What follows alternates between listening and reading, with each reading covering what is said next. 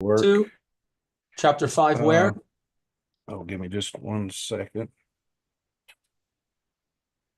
Everything well? We missed you last week. Everything Yeah. okay? Yeah, sorry. Good news. Our youngest son, he's our last son to get married. He just got engaged. He proposed to his girlfriend, to his fiance. So we're busy. Congratulations. Yeah. Thank you, Awesome. thank you. So the wedding is planned for July, the beginning of July. She's due to study, or she's begun her studies for medicine. She's pre-med, and he's in between. He's waiting for his officer's training course to start. So as newlyweds, they're not going to be able to see too much of each other, just on weekends. But they wanted to do it, and we've gotten to know her. She's from the United States. We've Zoomed. My wife has met with her mother, and we've spoken a few times online, Zoom, and we're very happy. She seems to be a lovely young lady, and they seem to be very nice together. So, Baruch Hashem, thank God that they found each other. Yeah. Absence makes the heart grow fonder. So uh, there's a lot of truth in that. Yeah, but too much could put a strain on a relationship. So, Yes, yes, it's true. um, but we think, there are others that, um, there are many young people in Israel who are observant, in other words, Orthodox Jews. And I'm not talking about the ultra Orthodox. I'm talking about the, even in my circles, that we frown on or we discourage premarital sex or extramarital sex. Um, and so, on the other hand, after they've adolescence for them or puberty was a long time ago. They're both in their early 20s. So the question is, how long do we expect them to wait, uh, develop a relationship without it going, so to speak, too far? So if we feel they are mature enough, he's been out of the house a bit, serving in the army. He's been to Gaza. He has some friends and cousins that were wounded. She was in the army. She's an American citizen, but she came out to volunteer and to offer service as a paramedic in the Israeli army. So they're not children anymore. Yes, they're still inexperienced in many ways, but that experience, I think, you can't gain, except by years. So they need guidance, but if they love each other, they're serious about it and mature about their relationship and what they want to build. So many parents, like myself and my wife, even though we weren't brought up to get married, I'm using the word too early in inverted brackets because what's too early? What's happening in the Western world is too late in many cases. So, how long do you wait, especially when both men and women, young men and women, are taught to be career driven? So, if they're going to be career driven, so they have to go to get an education, a higher education. That could take anywhere between, in Israel, between 3 to 6 years, depending if what they're doing, and then they get to start their career. So, and this is after serving in the Israeli army for 3 to 5 years. So, when do we expect them to develop relationships and to get married? It becomes, and we've seen, maybe you too, maybe some of the viewers, my wife and myself, and others that we've consulted with, not on this issue, but we see this. Too many good, mature, talented young men and women sort of miss the boat. They get set in their ways because they were career driven. They were through the army or national service. They get their education, higher education, then they start jobs. And then when they're ready, and it doesn't mean they weren't looking, but they weren't interested in a long-term relationship until they got there, got working, got and put some money in the bank, and they sort of missed the boat. Their timing is off because now there are less young men or single men and women around, and not only they're set in their ways. We know quite a few. Again, I'm talking about good human beings, and we just are astounded that why aren't these people, young people, getting married? Young, I'm talking about people between 30 and 40, who want to establish a relationship. They want to establish homes and families, and they just can't find, for many different reasons, the right soulmate or the right companion to do this. So maybe we should go back to, as maybe some of our great grandparents got married at younger ages. They found somebody they were attracted to. Maybe they were in love, weren't yet in love, but they found somebody they were attracted to, somebody they were fond of, and they decided that their values are very common or similar, and then they made a life of it. Um, if anybody has found a perfect way or the perfect formula, I'm open to suggestions. Of course, we look back to the Torah and the laws and the rules and what was customary. And, I wouldn't suggest that children or teenagers get married, but it depends on the young men and women. If they're still immature, if they spent 3 to 4 years in college partying and having a good time, sometimes at the expense of their parents, I don't think they are necessarily ready to get married or to sustain a relationship.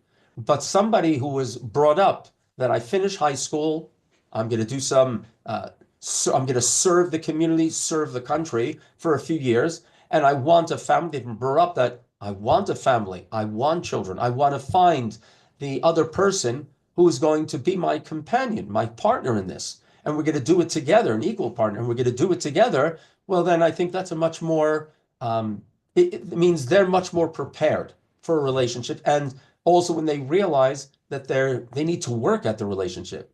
It's not, fall in love, get into bed, and let's try it out. No, in the homes that the home that we brought our children up, you don't try it out. Of course, you can date, but and we expect them to date and meet. They've met, and then, but not to just fool around and have a good time, and then if it doesn't work, get out. No, if you're having a serious relationship, then make it serious. But of course, always with that vision of where is this going to take us? Could this be something long term? And if it is, let's make a mutual decision. Hopefully both sides feel the same way. And then let's work at it. Let's establish the relationship officially, Jewishly, traditionally, and let's plan out, So thank God, Baruch Hashem, we're happy. They're going to need to be supported meagerly by both sides, but they don't expect much. We'll put a roof over their heads, renting somewhere.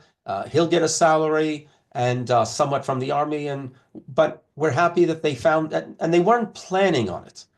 They probably both would have preferred to wait maybe another year or two to advance, be a bit more advanced in what they're doing in their lives now. But it just happened, it worked out. Thank you, Hashem, for getting them to meet. And the parents will just have to help them along at this point. So we were busy with that. If I'm correct, last week, I'm sorry I couldn't make it. And thank God That's okay. It's okay. Okay, so let's get started. Tomorrow will make 29 years my wife and I have been married. So congratulations. Yeah. Now, you don't need, again, each person, each couple can decide what they want to do on that day. Doesn't mean you have to have big parties or gifts to each other. It should be an ongoing thing, a constant thing of showing appreciation and admiration and respect and love for each other. Of course, whatever you guys decide, just to celebrate it. And it's important, I think, as a message to the children. They should know that you both, and you and Barbie, Frank, I congratulate you. May God bless you for many more years of having the strength, the patience to work at a relationship and see the fruits, whether it's your God bless children, whether it's your relationship that you feel you have a special place. I was talking about it, and again, I apologize to anybody who hasn't experienced this recently or isn't experiencing it. When we were children in our parents' homes, hopefully we were all blessed that we felt safe. We felt this is a place where I'm loved and I'm respected, and it's a place where it's not a question of I'm number one, because there are other children, there are spouses, relationships, but I know this is a place where I am considered special. And that's what I think we're looking for, we should be looking for in relationships as we grow older, mature, and we're ready to possibly settle down, as the term would be. We should be looking for someone that makes me feel that way, that the home that we have is a place where I feel loved, respected, safe. I can consult. I can try to get advice. I might not agree with the advice. And so somebody who doesn't have that, it's very sad. So they might have some very good friends, and I hope they do, some special friends that they feel that this friend will always be there for them within reason. But I think there are many people in the world that don't have that because people are That's not true. getting married too late, getting divorced. But then, of course, you have to work at it. So I hope, bless you and Barbie that you will always feel that way, that, and it's a healthy environment to thrive on, as a human being, because then I feel safe. I feel, I can go to work or go to the store, even if, somebody behaved badly towards me, but I know, what? I don't care because I've got home. I've got my family. It could be brothers and sisters, close brothers and sisters, but it could be still parents. And of course, when we lose our parents, we feel, oh, those people that made me feel safe and special, I have two less people or one less person in this world that makes me feel that way. You lost your mother. It's not even a year yet. Am I right, Frank? Well, for me, no, I lost my brother a year ago. Your brother. And Yes, so that's like it's sad because you have the people in your life that you assume, you hope that you can rely on and rely on just the fact that there's love out there for you because everybody needs to feel loved.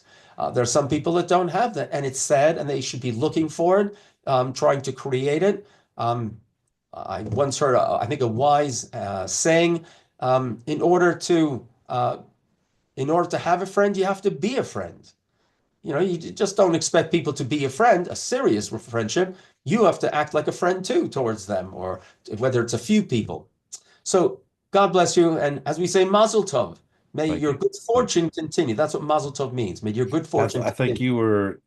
you were remembering my wife lost her mother a year ago. That was it. Yes. Sorry. Yes. Yes. Yes. So, And that's so, but that's why I it, I feel so. was, I was sort of smiling when you said celebrate. I guess celebrations for different events, your ideal for them changes as you get older.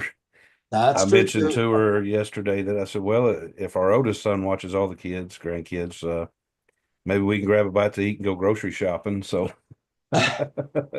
so, we never get a chance to go grocery shopping together. It's I go or she goes. Somebody's got to watch the kids. Somebody's got to cook. Somebody's got to do something. So, yeah, I thought, well, we could go grocery shop. I don't think Yeah. I'm gonna get off that easy though. So, but we were in Flowers, buy her chapter. flowers, buy her flowers. Uh, Part of me, men, it's like my experience, again, it depends on the woman and so on. I generally feel they don't need the jewelry. They don't need the expensive gifts. They need to feel that you think they're special. And That's right. flowers say that. Buy Yep. a nice bouquet of flowers. It'll be in the vase for a few days or the vase or whatever you call it. Every time she goes by or she sees it, she'll say, "Hey, he bought them for me." Right? It's a very inexpensive or economic investment That's that pays true. off dividends. That's true. So where are we in the book? Chapter 5, item number 31. That's on page 64 if you have the book. Okay.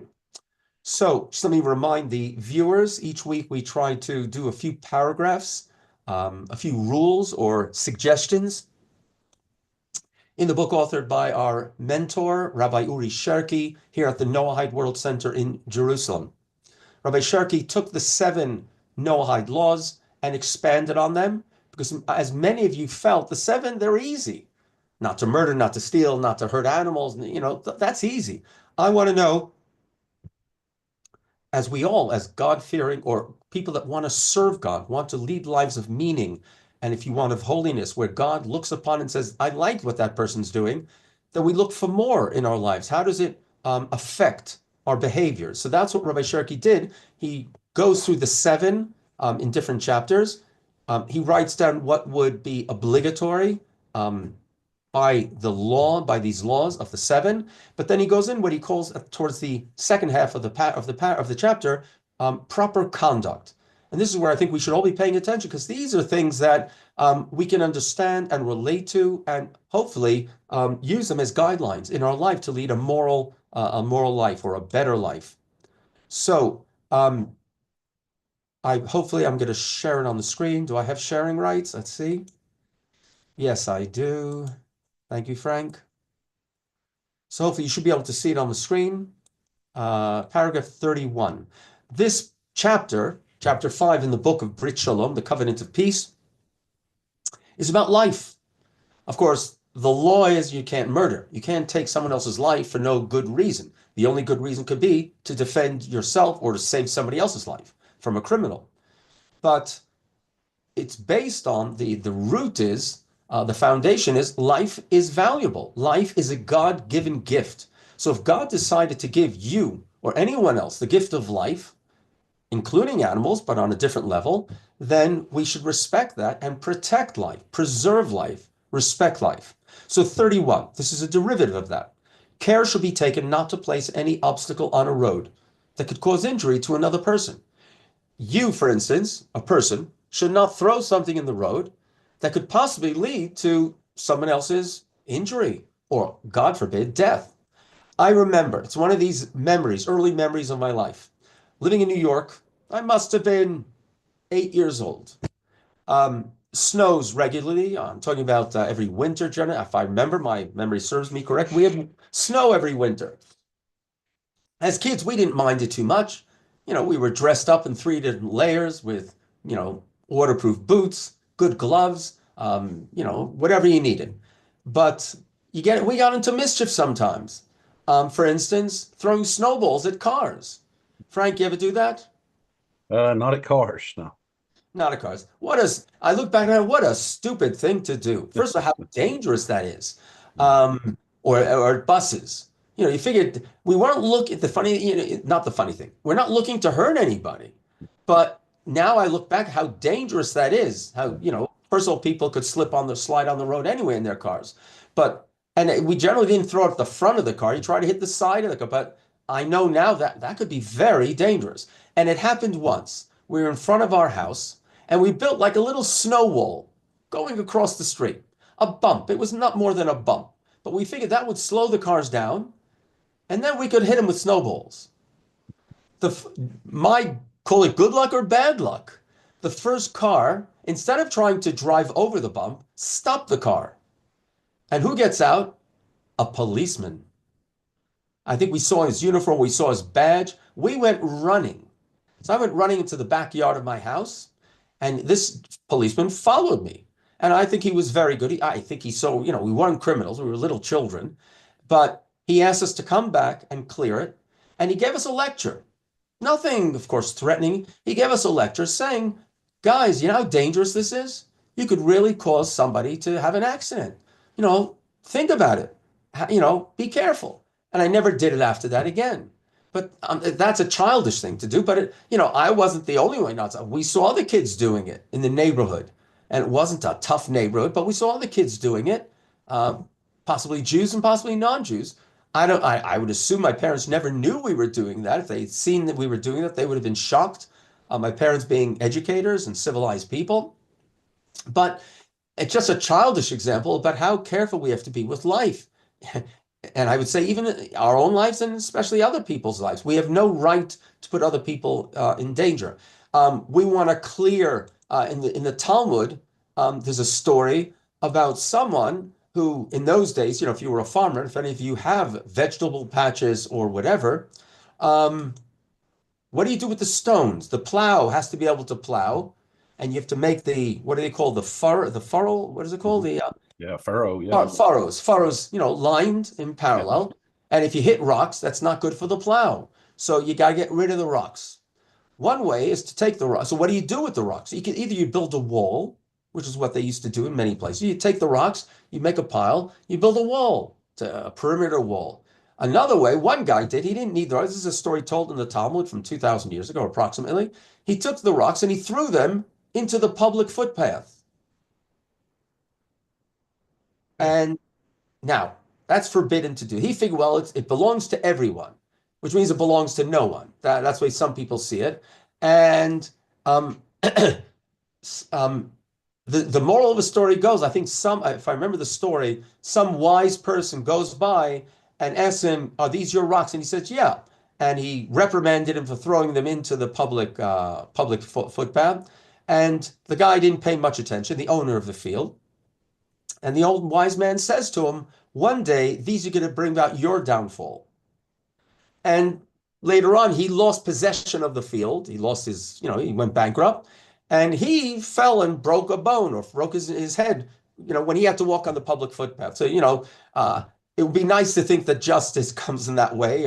What goes around comes around, but it shows, you're not allowed to do that kind of thing. You can't put anything in the street or on the, so how about spilling water or oil? If you're, a lube job or who knows what you're doing onto the sidewalk.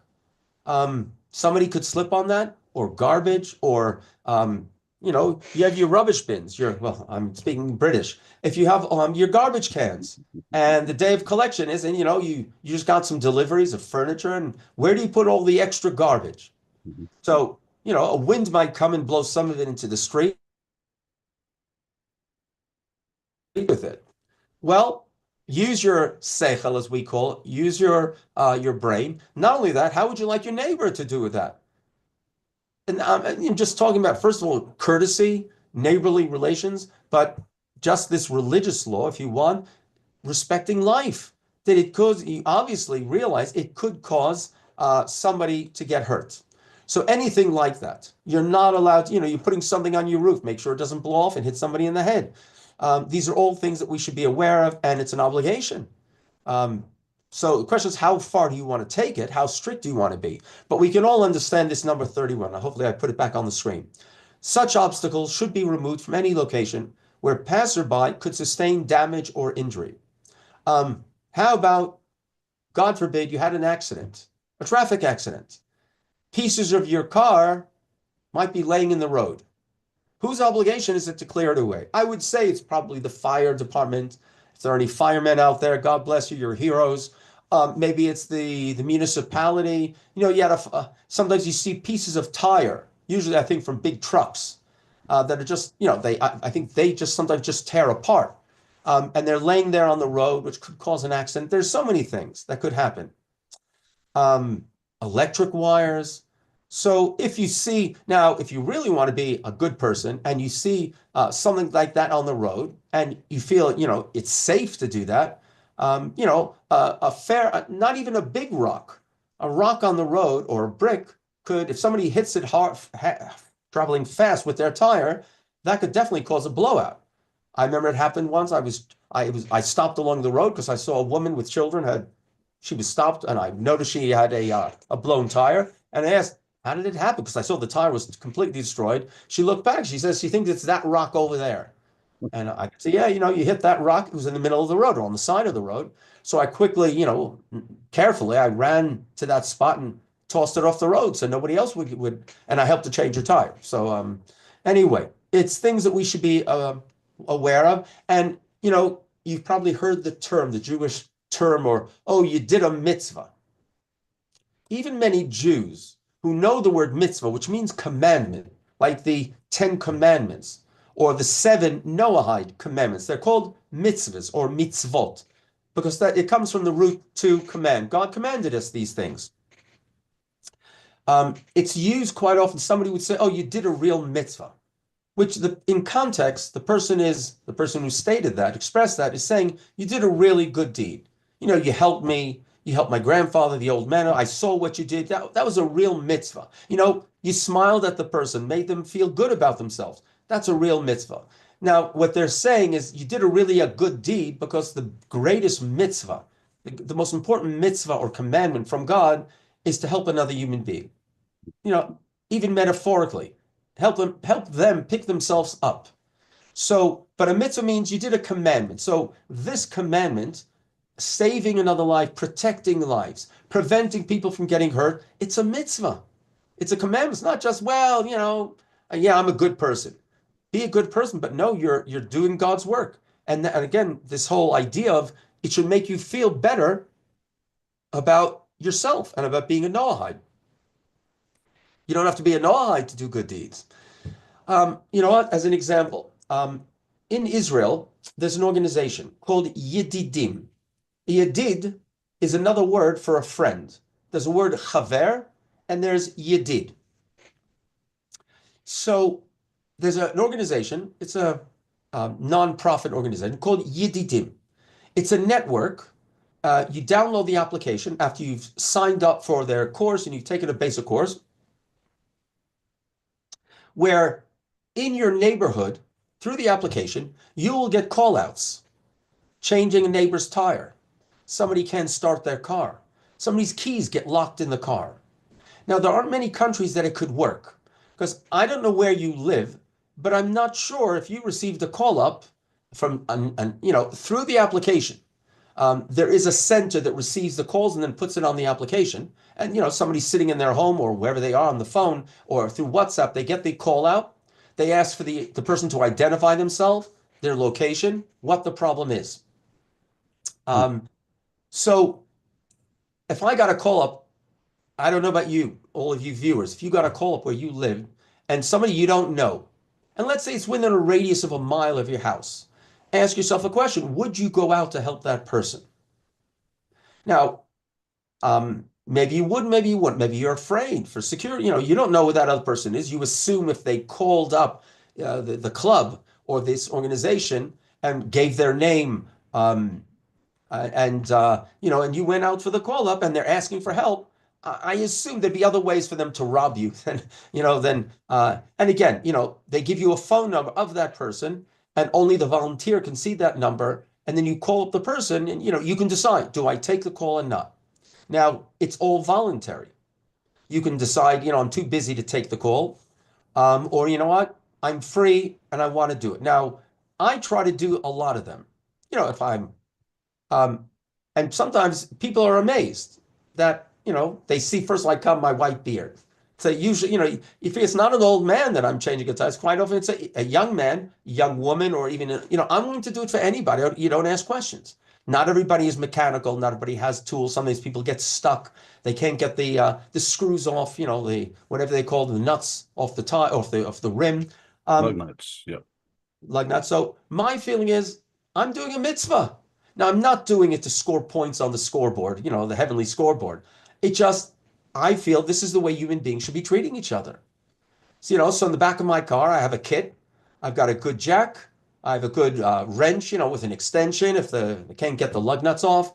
I've got a booster. I've got a small compressor to inflate a tire that has only a slow lead. And I can honestly say it makes me feel very good. My wife bought me some gloves so I don't come home with black hands all the time. And again, I've helped young, I've helped old, and sometimes we'll call each other up to ask, I'm stuck with this, I don't know how to get it open. Today I went on a call and we couldn't get the lug nuts off. They must have been tightened too much with a pneumatic drill or an air drill. And so we decided there was somebody else that came with me, and we decided, you know what, I'm just going to pull out the screw that was stuck in the tire. We found what had caused the flat tire, and there are these special plugs that you can screw back in, at least to get them as far as a tire guy, as a tire repair shop. And I filled up the tire with my compressor, and actually the guy was with me. He actually accompanied her to a neighbor who has a whole garage, a garage. But this is something that works well in Israel because there's this feeling of we're all one people. It could work in local neighborhoods. One interesting thing is they sign a waiver. You don't want to be sued if you cause damage to the car or to the tire. They decide to sue you. So before you will be sent out, before you'll get a call, they already have signed a waiver that they won't hold anybody liable. Now, they will send somebody out who is knowledgeable, basic knowledge, and if it's just to change a tire or to start a car, but we can't be held liable. But it's also because this feeling in Israel that we're all one nation. It's not only the enemies that surround us that make us feel we have to support each other, but it would be very nice if people around the world would start doing this for each other, even just, neighborhood. I think there are many of you that if you see a woman stopped by the side, no disrespect to women, but you're more wary of stopping for a big guy on the side of a road, certainly late at night. But if it was a woman, maybe it might be mistaken, but you're more chance that you'd be less threatened. And you see her, to change a tire or for whatever the reason is. So it would be very nice if people did it, but definitely within neighborhoods, and it could definitely create a nice feeling. Help, we all get stuck sometimes, or our spouses get stuck. Sometimes it could be our teenage children that are driving. And wouldn't it be nice if you knew somebody that they could feel safe with, or they're safe with, would stop and help them? I think it would make the world a better. And it works here, and it's called Friends. And, like I said, all voluntary. We all do it. And we're doing it, like I said, to do a mitzvah. We should all care more about each other. Let's go on. Let's continue now a bit more. 32. Hopefully you can see it. Let me try to make it bigger. According to commonly accepted ethical standards, the prohibition of murder includes any behavior that diminishes the life of another, such as public embarrassment, insult, or even unfair competition in business. Now, this is, whoa. Um, Again, the prohibition of murder. If you offend somebody, you shame them publicly, you haven't murdered them, but it comes under this heading. In Jewish tradition, the way the sages said it, if you publicly embarrass someone, it's as if you've spilled their blood. Now, if you've ever been put to shame in front of people and you become flush, you might go a bit red. When you feel embarrassment, you might have done something bad and you feel embarrassed. People might not even know what you did, but whether that's what the sages, the rabbis were talking about, it's as if you spill blood. But if you've ever been in a situation like that, I think we can all imagine, or you might have a colleague at work, in school. It could be also on the baseball pitch, on the baseball diamond. There's a kid there that's screaming at everybody else.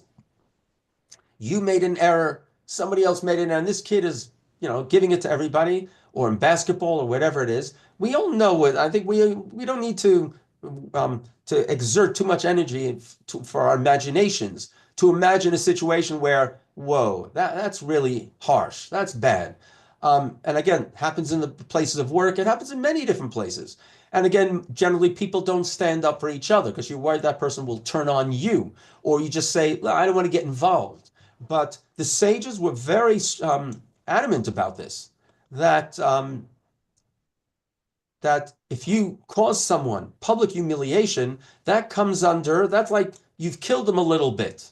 It's like minor murder. They're still alive, of course. So again, according You to killed their common, character, maybe? Is that what it yeah, is? yeah. So if you've destroyed their reputation, and it's so easy today with social networking, what kids and other people are putting out there about other people, and they can do it anonymously, which is why it's better to keep kids away from these things for as long as you can.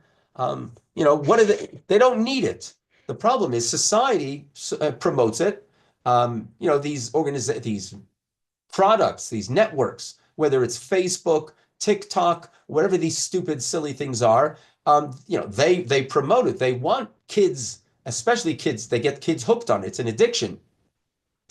And then, of course, as children, they don't have enough, maybe common sense. Some people don't have common sense. But how far to go with this before you've really destroyed someone's reputation? There are people that commit suicide, especially kids that don't know how to deal with it. So it's better as parents, and if you can keep kids away from as long as possible. And again, they'll probably use arguments that, well, all my friends are doing it, and so on. The longer you can keep kids away from it, the better. And I don't care what Mark, whatever his name is, Zuckerberg says about it, or whoever runs these things or owns these things. So again, it's become very easy to embarrass someone, to humiliate people, and it's wrong. It comes under the heading of murder or unfair competition in business. We all know that you have to make a living. It's sort of we expect it in a society like the United States and in Israel. We expect to be able to, work hard, make a living to support our families. It doesn't always work that way. The cost of living, housing is expensive, unemployment, etc. Let's hope again, the president of the United States makes the United States economy stronger with what he's doing. Let's hope. So when somebody unfair competition, they destroy your business, you know, what are you supposed to do? I need to support my family. I need to feed my children. Not only it takes away from who you are, because it's and that's where you need family to support you economically, emotionally. That's where good friends and hopefully a good community would help. Because then they get it out there, contacts to help you get back on your feet. But I think and that's why he says this is, you don't need to be Jewish or a Noahide to understand this, how harsh these things are. The problem is in the Western world, and probably not only in the Western world, it's don't be ridiculous. This is the way the world is, but it shouldn't be that way. where people can just offend each other, nobody says anything, and it's considered okay to behave in that fashion. Terrible, something like that. So, and again, there's stories in the Talmud where they warn people about not offending someone. There's and even in the Torah and the Bible, there's some stories where you wonder why didn't they speak up? And sometimes they say because not to embarrass the other person. They're willing to sort of take the hit in order not to embarrass the other person. There was a rabbi in the times of the Romans, times of the Roman Emperor, I think Antony, and there was a famous rabbi called the Great Rabbi Chia. Chia could also mean from life. He was the Great Rabbi Chia, and it doesn't explain why he was called the Great. Now, he must have been a scholar because his study partner's companion for study was one of the great rabbis of all time. But it doesn't explain why he was called great. But there is one story, and this is something I believe is right. His study companion, who was like he was the minor one, this Rabbi Chia, and Rabbi Judah was the elder. Rabbi Judah was giving a class, well attended. We assume this is somewhere in the Galilee, up north in Israel. And it was known that Rabbi Judah must have been already an elderly person, but a great scholar, which should go in hand, elderly and scholarly. It was known that he was sort of allergic to garlic. He couldn't stand garlic, and he couldn't stand even the smell of garlic. Anybody out there like that? Okay, I think we all know some people, whether it's onions, garlic, or whatever it is. And Rabbi Judah started his class one day, and he kept sort of stuttering or stumbling. He couldn't get the flow. And his son, one of his sons who was there to help, organize the study hall, sort of must have whispered or asked his father, "What's the matter, Dad?" And or just as one of his sons guessed, maybe somebody ate garlic for lunch. Must have been a post-lunch lecture. So the son stops the class, gets up, and says, "Has anybody eaten garlic here?" Rabbi Chia, who's in the crowd, raises his hand and says, "It was me." And the son asked Rabbi Chia, "Well, could you please leave the classroom, the study hall, because my father can't continue the class." Rabbi Chia leaves. But when Rabbi Chia leaves, out of respect to Rabbi Chia, all the other students leave too. They leave with him, so he wouldn't be embarrassed. The son of Rabbi Yehuda comes to Rabbi Chia afterwards, upset. He says, "How did you do that? You caused my father to his class to be the lecturer, all the students to walk out. And not only that, didn't you know my father? You've been with my father for a long time. You know he can't stand the smell of garlic." Rabbi Chia answers him, "I didn't eat the garlic." Would that be a good reason for him to be called the great? Why? If he hadn't spoken up, the son would have demanded whoever really ate the garlic to get up and leave. And that student would have been ashamed. He would have been shamed. And that rabbi, probably the son would have said to him, "How dare you? You know," maybe put him on the blacklist. So Rabbi Chia thought, you know what, I'm going to save that person's embarrassment. I'm going to say, he didn't even lie. He just said it was me. It was me. What was me? At least verbally, he didn't lie. He did mislead him, but for a good cause. And he left. He didn't mean for everybody else to leave. But it helped the poor fellow who had maybe forgotten or didn't know the rules, who would have had to have been left in shame. He helped him preserve his dignity. I think that's the reason that Rabbi Chia achieved or earned the title, the prefix of being called the Great. Somebody who behaves like that. You ever been in a crowd or in a lecture or in a silent place where somebody's phone goes off and everybody sort of turns towards that, where there could be a theater, everybody turns, looks at that person and either shakes their head or tisk with their tongue?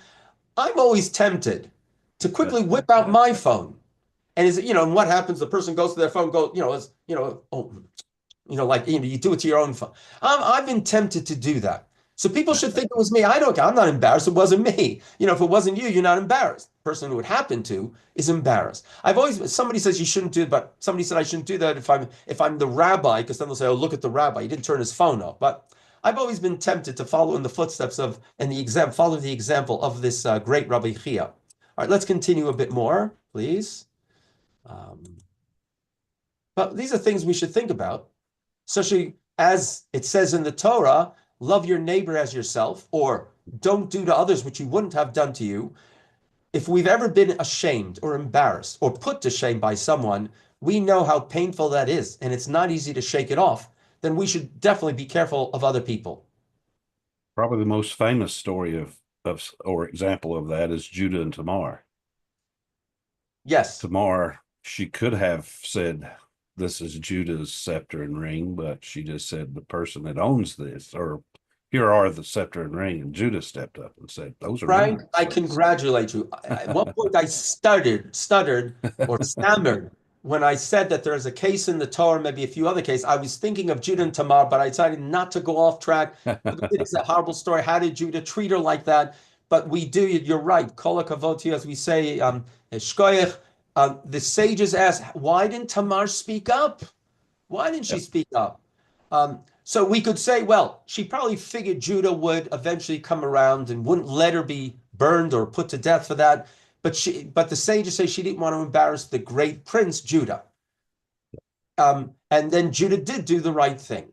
But good for you. Good for you. Knew that. And I think because I wasn't sure, should I mention that? Okay, let's just read maybe one more. Okay. 33. The same way we shouldn't embarrass someone. We should be worried about their livelihood. 33. No one should say anything bad about another person, even if it is true. I'm not telling a lie. Everybody knows it. No, you should still know. And even more so, should not tell lies about that person. First, you're not allowed to lie, even if it's not one of the seven.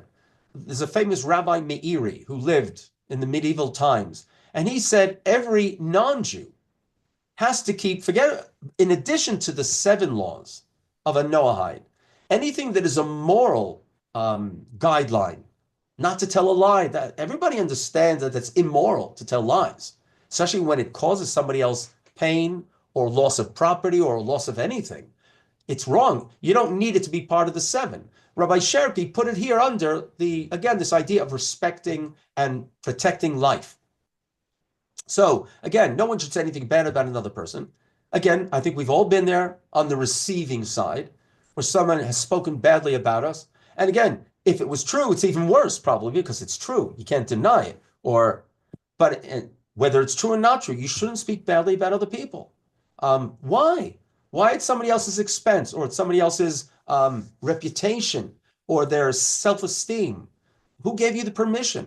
You don't think God is watching, God is listening and making a note of it, what you did? Besides, other people. First of all, would you want to be in a social circle, in a clique where people are talking about other people the whole time? I wouldn't want to. I would walk away from that circle. One of the reasons, first of all, they might turn on you. Not only that, it's very bad energy. And you are hurting somebody else. You're a bully. All right, it's a bully. So now sometimes we stay there because we don't want to be an outcast. But you know what? I'd rather have no friends than have friends like that. Or if you feel, and you should be able to say this, if they're really your friends, you know what? I'd rather not talk about that. It's none of my business, right? We know it's juicy sometimes, and sometimes it gives us, and again, a person who gets pleasure out of somebody else's downfall, that person was known to have a good reputation. Now they're ruining it. Somebody's trying to ruin it. That makes you feel better. Why should it make you feel better? I think that's narcissism. I think partially, but why should that make you feel better? When you hear something about somebody else, and even if it's a politician or who knows who, I don't take pleasure in other people's suffering, and definitely you shouldn't talk about other people, true or not true. So all this, and I think it's the Rabbi Cherki's thinking about why this comes under, or why he put it in this chapter of holding life in esteem and respect. I think it's obvious. So I think these are very important messages. These are messages that we can take into our advice rules that we should definitely apply to our lives, and it should apply to every human being in the world. I wish and I hope that we can spread this. When somebody says something bad about somebody else, said, you know what, I'd rather not talk about it, or just, walk away politely, but walk away. There's a good chance that person will realize, and might even ask you, why'd you walk? You say, I don't want to talk badly about people. Um, we discussed also making sure, at least within your area, definitely shouldn't be you did it, making sure there's nothing that somebody could hurt themselves on. Honestly, sometimes I go to synagogue or, or maybe it could be the pizza place, and I see kids have left their scooters at the doorway or just near the doorway. These two-wheeled ones or whatever. Those are dangerous, not only for older people, but people can trip on them, young people, old people. So now the question is, am I allowed to move them? Again, where I live, I would definitely give them a little nudge with my foot, or sometimes I might even pick them up and just put them gently next to the wall, but out of the way. Nobody should trip on them. I definitely would not put I try to ride bicycle for exercise within my town. And do some exercise that way, but I will always try to put my bicycle in a place that it can't fall over on anybody, doesn't block the path. Thank God I live in a place where I don't have to lock up my bicycle. I have a nice big chain when I got here, but I realized here I don't have to lock up my bicycle. But again, we should be aware of these things, and it will definitely make our lives living by these rules. We'll feel our life has meaning because it's not just, yeah, I'm a moral person. I know I shouldn't be doing these things. And it's not because I'm afraid of the authorities. I know God is smiling on us. God is smiling when I do these mitzvahs, when I behave in that proper way. So God bless you all for listening. Frank, good for you. Next week, Thursday, there won't be a class. It's the day before, 2 days before Passover. The next class Yes. will probably be in 3 weeks, not next week. Next week after that is still Passover. So it'll be the week after that. Frank, are Okay. we doing Let's the thing on Sunday? The gathering? give me 1 second. Let me so I've got my calendar. Uh so today's class is the third. Next Thursday you say is a fast day that No, it's you not. Yeah, you're right. Yes, you're right. so That's it's a not the fast. problem. Problem is I'll probably, let's talk, send me a message. Okay, Let's see. It's also, we have a lot of pre-Pesach, pre-Passover preparations. My sure, wife takes sure. us with cleaning the house, decorating, because all the kids are coming with the grandchildren are coming to our table for the Seder for Passover night. That's Um, great. That's great. my wife puts on a show. When I mean a show, she doesn't let us just, get together for the meal and eat and go through the ritual. She wants games at the table. She wants quizzes. She wants the whole room. Our dining room is decorated. I've been working on it for days. And honestly, I've said, and I mean it, I've come to the conclusion, definitely this stage in life, one of my main objectives in life is to keep my wife happy. So if I think this is crazy what she's doing, what she wants us to do, but you know what? She's great. She's wonderful. Makes her happy. Small price to pay. Sure, sure. So you definitely want to skip 17th, 24th, Wait, let me look.